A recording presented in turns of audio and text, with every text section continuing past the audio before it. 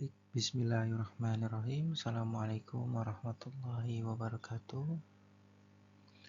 Kepada yang terhormat Bapak Irham MPD selaku dosen pengampu mata kuliah studi naskah Islam, alhamdulillah, terima kasih kami ucapkan kepada Bapak yang telah memberikan kesempatan untuk kami para mahasiswa Bapak untuk sedikit mengulas tentang kitab Adabul Alim wal Muta'alim karya Syekh Hadratus Syekh Hasyim Asy'ari. Untuk bab, saya memilih sedikit mengulas bab 5, Al-Babul Khamis.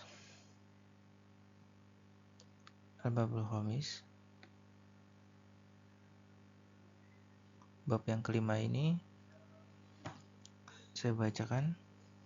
Bismillahirrahmanirrahim.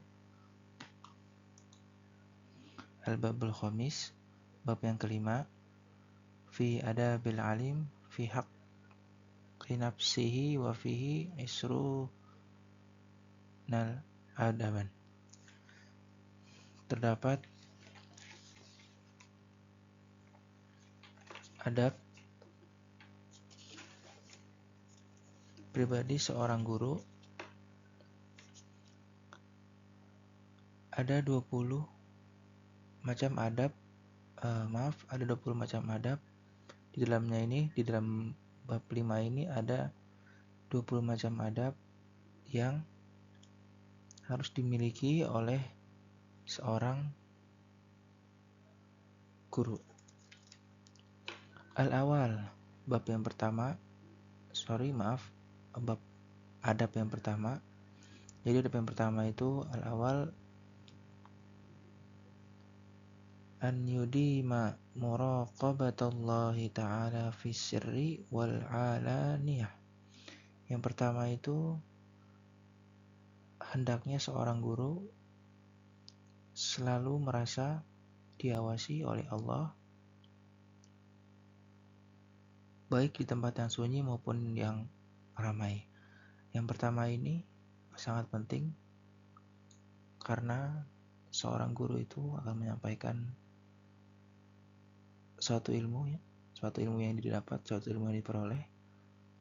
Jadi senantiasa itu harus merasa diawasi oleh Allah, karena ilmu-ilmu tersebut, khususnya yang diajarkan adalah ilmu tentang keislaman, maka harus senantiasa diawasi oleh Allah.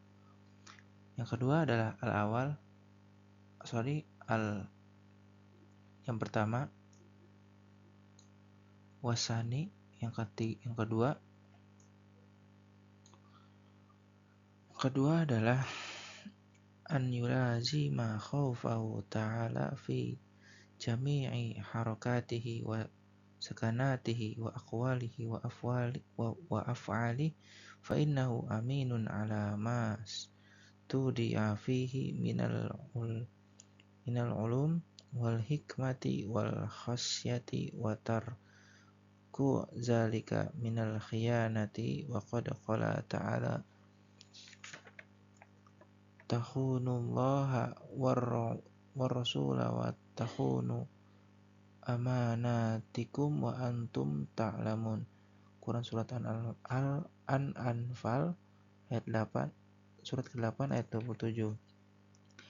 Yang kedua ini pada intinya sama, senantiasa takut supaya, ini yang keduanya dijelaskan supaya kalau kita takut, kalau kita merasa diawasi oleh Allah Subhanahu wa taala, maka setiap gerak, setiap perilaku, perbuatan atau ucapan yang kita lakukan itu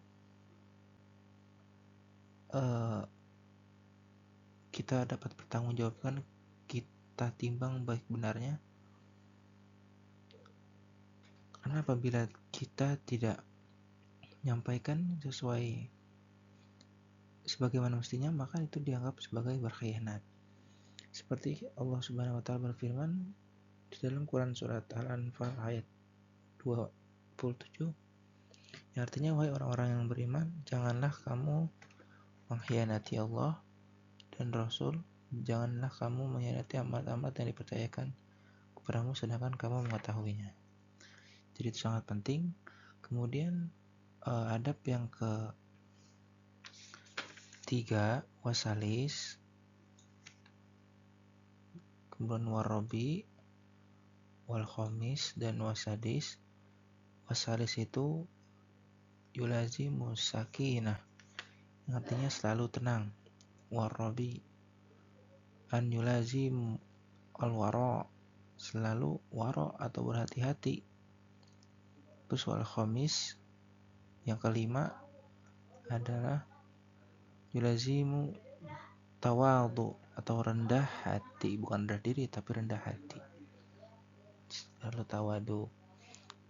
Dan yang keenam wasadis an yulazimu al khusyu'allahu ta'ala, dan khusyuk kepada Allah.